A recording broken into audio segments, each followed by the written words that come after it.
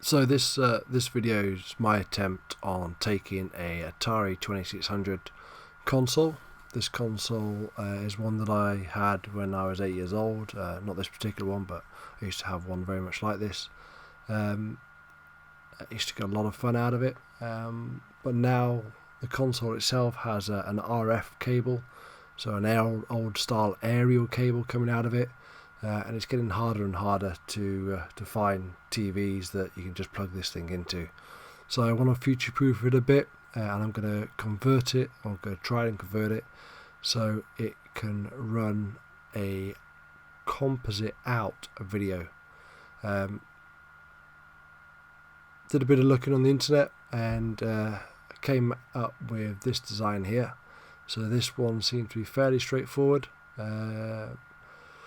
Didn't use too many components, stuff that I had lying around, and hopefully would have been fairly straightforward to try and put this thing together. So here I'm just trying to work out where all the components go, get them in the right place, pushing them through the holes on the breadboard, spreading the legs so it holds them in place, just while I can get a little bit of solder in to make the connections.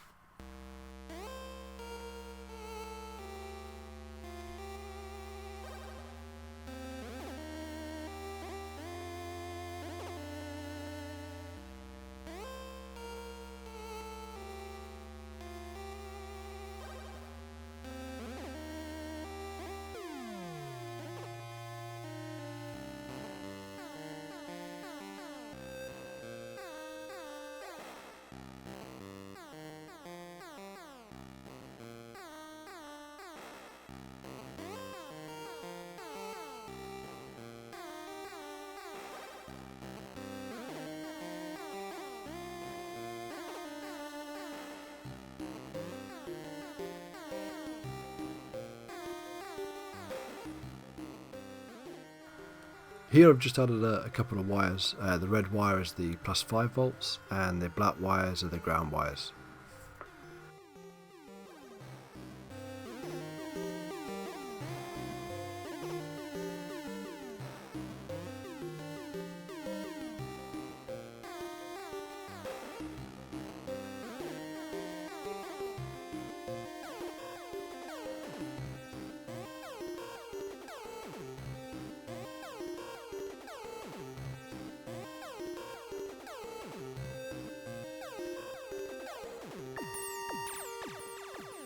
Couple more wires now. We have the white wire, which is the video in. That's going to take the feed from the Atari board, and then we've got the yellow wire, which is the video out. So that's the one that's going to take the composite signal out to the TV.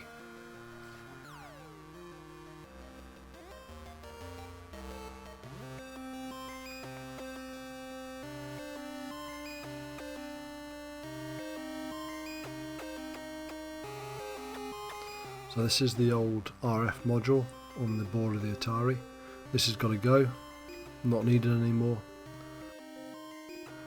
This particular Atari is a 4-switch Atari. Good thing about this one is with the 4-switch Atari is everything's on a single board.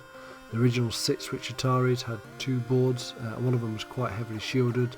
They just made it a little bit more of a pain to work on. Just using a solder sucker to get rid of the excess solder, then trying to heat it up and pull the RF module away from the board.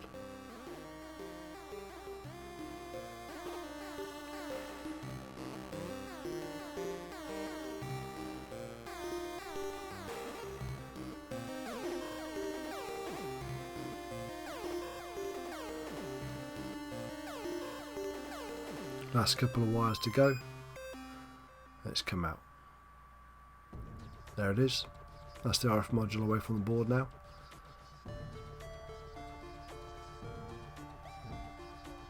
There's a couple of components to remove. There's a transistor, which is what I'm doing now, and then a couple of resistors as well. The transistor is probably going to be labelled as Q201 or Q202. I removed the transistor with the desoldering wick, but just to keep things simple, when I come to these capacitors and these resistors here, I've decided just to snip them off. We're using the snips. Each version of Atari is slightly different. If you are going to try this, make sure you get the guide that's specific to your Atari version. Here's a picture that I used showing me which bits to remove from this particular Atari, which was a 4-switch PAL version of the Atari.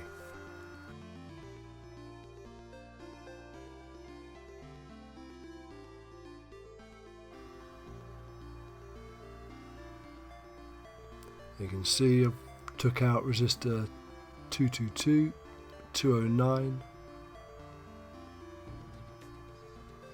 and capacitor 209 as well. Just soldering the wires to the board now. Got the white wire, which is the composite video in. Got the red wire, which is the plus 5 volts, and the black wire, which is the ground.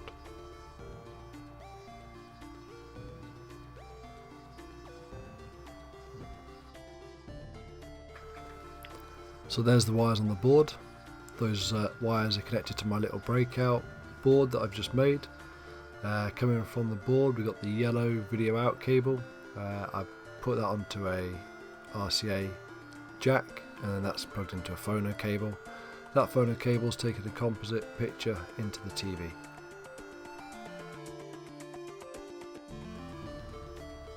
Just give it a quick test, power on, see if it works. Got no sound at the moment, but there you go, there's the picture, there's Pac-Man.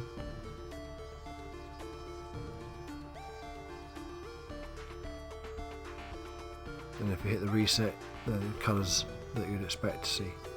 So happy with that, that works.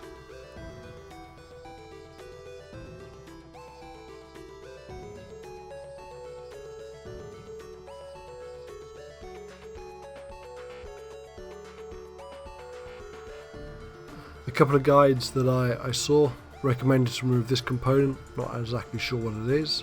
But it's located there, it looks like that, and just desoldered that straight out. So to tidy it up, I designed and 3D printed a little bracket. This bracket sits on the Atari main board. It's got 3 slots in it for the RCA connectors. We're just putting one of them in there. Tighten them up so they're nice and tight. It's also got space for the little breakout board to go in, and it's got some legs underneath. So it fits into the motherboard nice and tight. There you go, got left and right audio and the composite video. There's the space you can just see, and there's the legs. The Atari only gives out mono audio, so the idea here is to take a single feed from the board and then bridge across to the other connector. There you go, that's it on the board. I've melted the legs, just using the soldering iron, melted the plastic, so it's in there nice and tight. Bit of hot glue, and that will keep the board in place.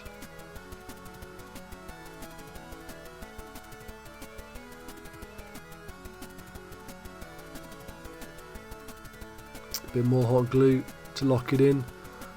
Make sure it doesn't move, make sure that the cables don't move too much.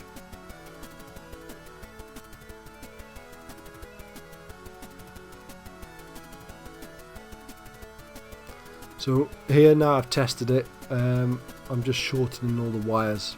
It's had quite long wires while I was testing. Just cut the wires down. This one's the video in cable, nice and short, and just soldering it back to the board. And I'll do the same for the power and the ground as well.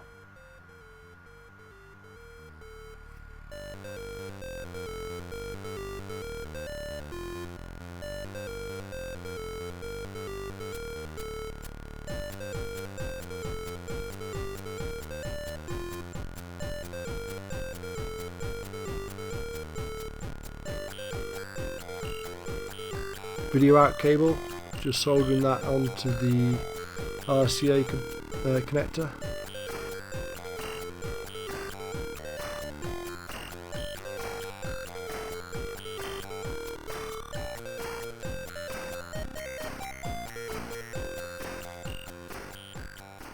So the reason I've gone for this design is it lets me run the video cable into the Atari without affecting the Atari case. Some people have decided to put these straight onto the Atari case, but I wanted that actual Atari to look original. I didn't want the connectors to be on show, so I've gone for this on-board design. This is the ground cable now for the video out, so I'm just holding that in place. And then this wire here is the audio out, so I'm just taking a connection from that resistor there. So this is a mono audio feed coming out of the Atari.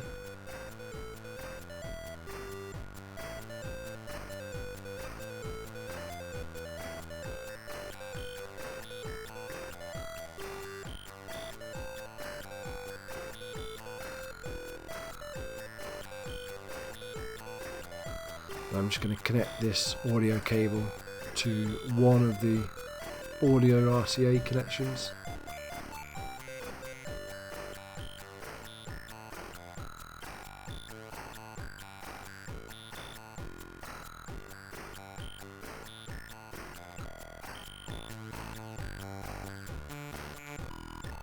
Use another bit of wire and bridge to the other audio connector.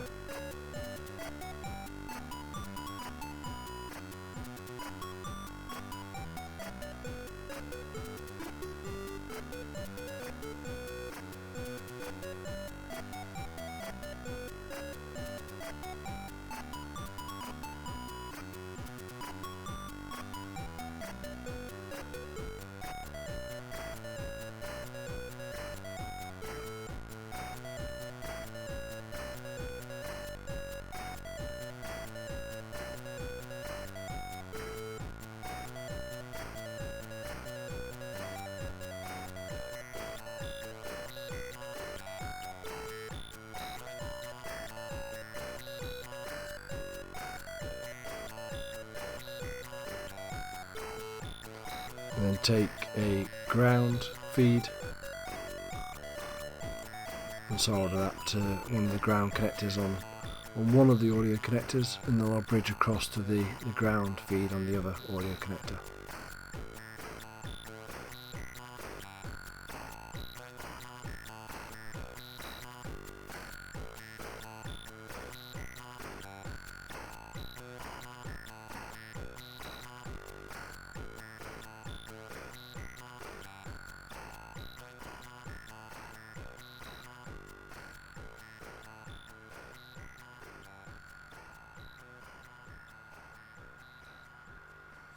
And there you go, that's it completed.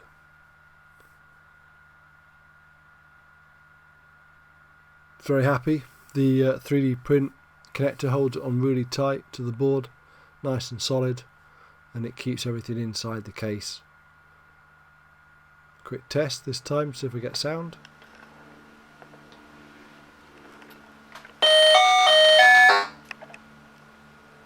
There we go. Video output via Composite and as well. That should make it a lot easier in the future to plug this thing in. This is what it looks like actually inside the case, so you can see it all fitting together. There's the cables just fitting nice and snug, little loop on the cable there, just so if it gets pulled it doesn't pull the board, and it goes out through the original hole that the old RF cable went through. And there you go, that's it with the case on. All nice and neat. Very happy with that.